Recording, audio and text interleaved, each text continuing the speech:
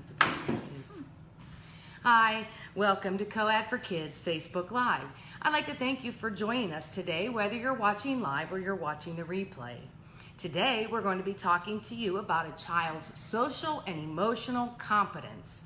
And I'd like to break this down for you a little bit. What we mean with social competence is your child's ability to interact and how they get along with others, whether they're getting along with other children or with adults.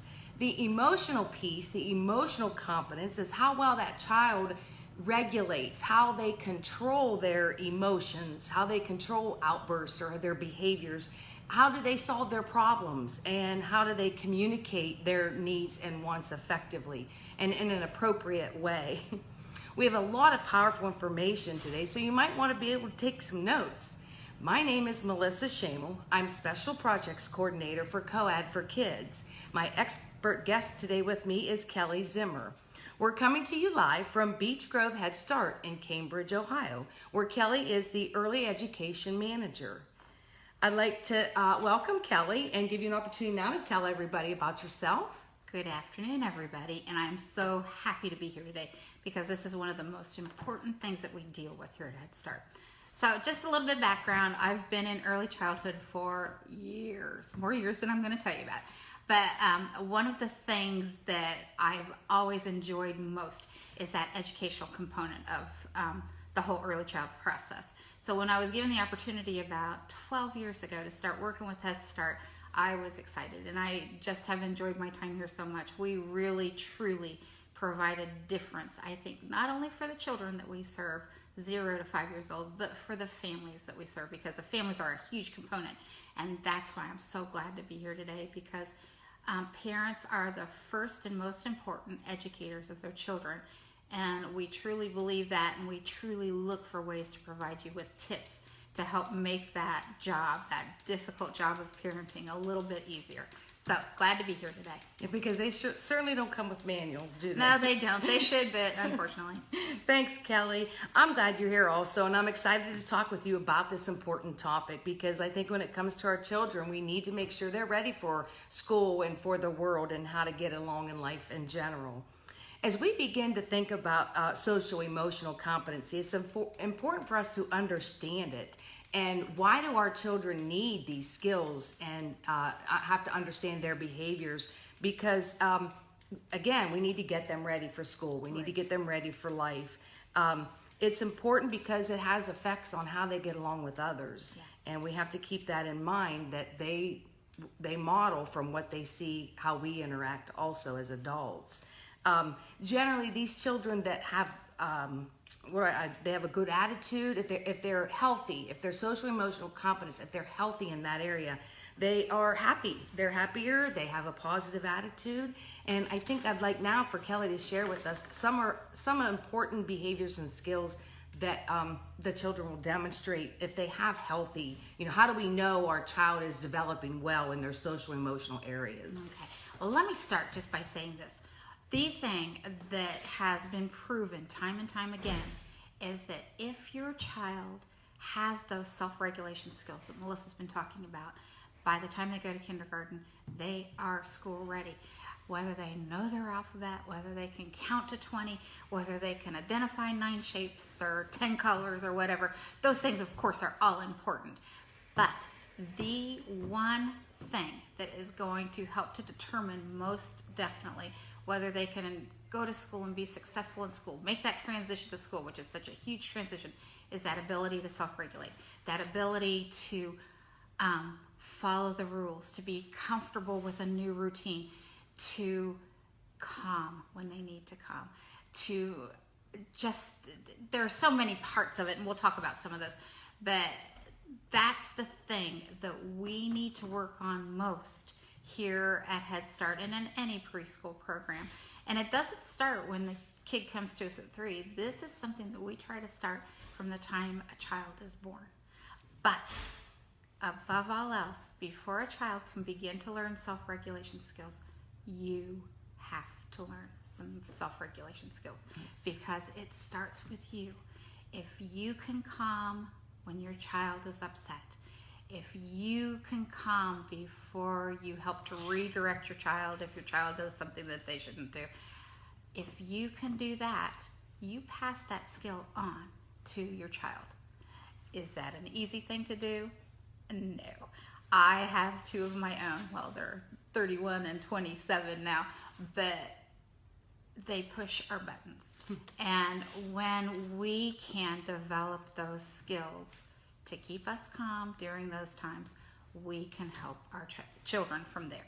So with that said, and this is gonna be a two-parter. So we're gonna sort of set the stage today, and then next week I hope to give you some specific strategy, skills, whatever's to work with your children. So let's just say kids who are self-regulated. If a child leaves our program and we can say, yes, that child has the social emotional skills, so self-regulation skills that will help them be successful in school, as Melissa's already mentioned, they're probably going to have a more positive attitude because they're going to feel more comfortable in their environment. They're going to be able to follow routines, not immediately, but by the end of our school year, by the end of our time together, they should be comfortable knowing what's going to happen during their day. Not just here, but at home. You know, anytime they're anywhere, they should have a feeling of confidence in what's coming next, which we, of course, help them to learn here. But again, you guys have to do that at home too. There needs to be a routine. A bedtime routine, a mealtime routine, a bath time routine. Any of those things can help a kid to feel more confident in their environment. So we work a lot on that here, and we encourage you to work on those things at home, and we'll talk a lot about that next week. The bedtime battles in particular, I thought that might be something fun to spend a little bit of time with, because we battled that in our home too and had to really come up with some important strategies. So, okay, if your kid's self-regulated, they're a little bit more, they might be more positive because they're a little bit more confident in their life in general. They usually are the children who can listen and then follow directions. Not a whole laundry list of directions, but maybe 2 or 3 directions at a time. And that would be for an older child, for a 4 to 5 year old. You're not going to expect your 2-year-old or your 3-year-old to follow more than a 1-step direction, of course. But children who are socially, emotionally well-rounded can usually listen to and follow directions. They might ask a question or two. It might take them a couple of times to do it, but they can pretty much follow through with that. The most important thing to begin to consider when you're talking about raising a kid who has good social emotional skills is what kinds of relationships your child can form with others. And of course, you are the people that they're going to form those close bonds with early. And I want to talk a lot about that next week, about how important it is. I know we all think, yes, we've got a perfect relationship with our kid and, you know, it's positive, but there are lots of things that we can do to make sure that that's always the most rock solid part of what's going on with your child. Because until that child can form those relationships with you, they can't form those relationships with others. So they start with good, solid, positive relationships with you, and then as they move out into the world and they come to us at Early Head Start or Head Start, we work really, really hard to form those connections, to form those relationships. Because when your child has a positive relationship with you and with others, they will comply with your needs and your wants and what you ask of them to do. They will do it. But that is the key, is to develop that relationship first. I just can't stress that enough, and we'll talk more about that. And they have to trust. I think they have to be and able that to comes with that. trust you. And Absolutely. they need to know that routine, and they need to know what's expected of them. Yep. And I think you mentioned too that we need to restate is developmentally, you know, depending on what age they are is what they're ready for. So we need to key into that developmental piece, like what are they ready to do at 2, 3, 4, and 5. And I thought maybe we could spend some time talking about that And next each week. age. Sometimes I think we expect a little too much from our kids, or not enough. Not enough. So, and you know, and each kid's different. So we can sort of generalize about what to expect from a 2-year-old or 3-year-old, whatever. And then if your kid's a little bit ahead of that, if your kid's a little bit behind that, whatever, you'll just have some idea if you're on the right track, if they're on the right track. So those are important things to think about. As your child begins to develop those important relationships with others, you hope and want to help them to learn how to empathize and to care about other people's feelings. That's a huge skill. That's a skill that we begin to work on when they come to us in Head Start, and it takes a while. It's not something that's going to happen overnight. It's more developmentally appropriate for our older 4-year-olds and 5-year-olds. And with that empathy comes the ability to problem solve. Yeah. One of the things that we work really hard on here at Head Start, and it's something that has really taken a long time for staff to learn, is that conflicts are good. Conflicts here are a way for them to learn how to deal. Because if they can learn how to deal with those small conflicts, like sharing toys and what kind of job they're going to have, and just all those things that are big, taking turns, all of that. If they can learn to deal with those kinds of things while they're here with us, they are going to be ready to hit the big school and to do it in a way that's going to be productive and positive for not only them, but for their teachers, and their classmates. So we work on that. So that whole play and those group dynamics all come into it, but not just here, at home also. Whether you've got one child or 6 children, or whether you spend a lot of time with a big group of people, you want your child to know how to get along and how to negotiate all the things that even go on in their little 2, 3, 4, 5-year-old world.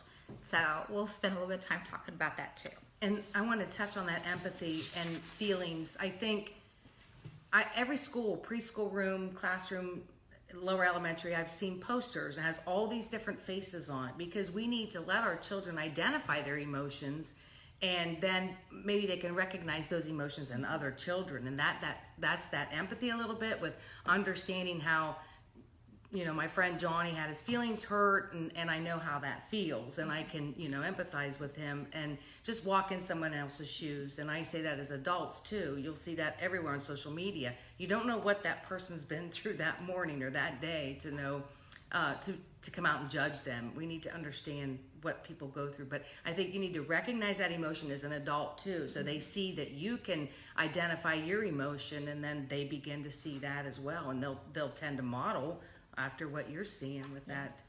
It's perfect segue for this. Our form of behavior management, or classroom management, I prefer to call it here at Head Start, is called conscious discipline. And one of the rock parts of conscious discipline is that ability to begin to notice how your friend's face looks or what your friend's hands are doing, and to identify those feelings based upon that. And then, like you said, to empathize with what that friend is going through. So I really would like to spend a little bit of time just talking about how important a skill that is. And it's not an easy skill to learn. It's not something that happens overnight. But like Melissa said, we model what we're feeling and notice how they're feeling verbally and, however else, and then discuss that. And one of the things that we really truly work on here is that feelings are okay. You can feel any way you need to feel. That's fine. That's huge. But it's then, how are you going to deal with that, how you're feeling? So we try to help them come up with some ways to positively deal with those negative feelings. And conscious discipline was started as a remedy for bullying. We all know how huge that is, particularly in the schools. And our hope is that if we can help children learn to empathize at such an early age, that maybe some of that bullying they will not be a bully, or they will not be a victim of bullying later on. So it's just so important. And When I first started getting into this, I was like, oh, they're just so little. How could they possibly understand this? But they do. And we've seen some huge difference. Children who came in raging, who have learned to deal with their emotions and calm and move on. And, you can't learn until you're in a calm, positive place. And so that social emotional part is a huge piece before you can even begin the learning process. So that's the truth. And that identifying, I would see myself in my own children, my biological, when I would be sad, or like my parents were both sick, and taking care of them, and my children knew. Oh, yeah. They recognized that, and they would either, they'd hug, or they'd crawl up beside me and, want to talk about things. And that to me made me feel confident that something worked, that I was able to show my emotions, because we do have sad times and happy times as adults as well. But, and we need to acknowledge them and validate them. It is perfectly okay to feel sad, and to feel sad for as long as we need to feel sad, but then how do we move on? And those are the things that we really try to work on, talk through, and help them come up with some ways to deal. And it works. It truly works. And we can help you do a better job with it at home, which would make your life sometimes. I know I had one that threw fits. And boy, howdy, I wish I would have known about conscious discipline back in the day. It would have been quite helpful. So anyway, hopefully that will help you a lot. And I like to look for some little quotes that have to do with, as parenting, and some parenting tips. And it says, it's not what we do to our children that's going to make them change their behavior. It's what we do with our children that will bring about a positive change. Well, that sounds like a lot of exciting things, and looking forward to more for next week as well. When we come back, we will be here next Thursday, February 21st, same time at 4 o'clock, and Kelly will return to continue with like a part 2 for finding some ways to purposefully teach our children these social emotional skills, and maybe we'll pinpoint more specifics for you. Thank you for joining us today. COAD is a child care resource agency for 31 counties in Eastern Ohio, and this broadcast is brought to you today in partnership with the Ohio Children's Trust Fund and the Eastern Ohio Regional Prevention Council. Their mission is to prevent child abuse and neglect through investing in strong communities, healthy families, and safe children. The Eastern region consists of the following 10 counties: Belmont, Carroll, Coshocton, Guernsey, Harrison, Jefferson, Monroe, Muskingum, Noble, and Tuscarawas. Thank you again for joining us. It's our hopes that something here is helpful for you, a friend, a neighbor, a relative. Please feel free to leave us a comment, maybe share a story or your own experience similar to something having to do with a social emotional piece or any topic. We will respond. We'll talk about other websites that have some other resources that would provide you with additional information on this topic or other topics as well. Contact COAD for Kids. Also, check out our YouTube channel. COAD for Kids has a YouTube channel. All the videos here are uploaded there, as well as some other informational pieces about our COAD for Kids, the Early Care Education Division in itself. So thank you again for being here with us today. And I'd like to thank Kelly for being here. I think we've done a pretty good job with clarifying a little bit about what our social emotional competence means, and then looking forward to next week to share with you some ideas on more specifics as far as what does it look like and what is your role as that parent in helping us. So thank you, and have a great day, and come back and see us next week.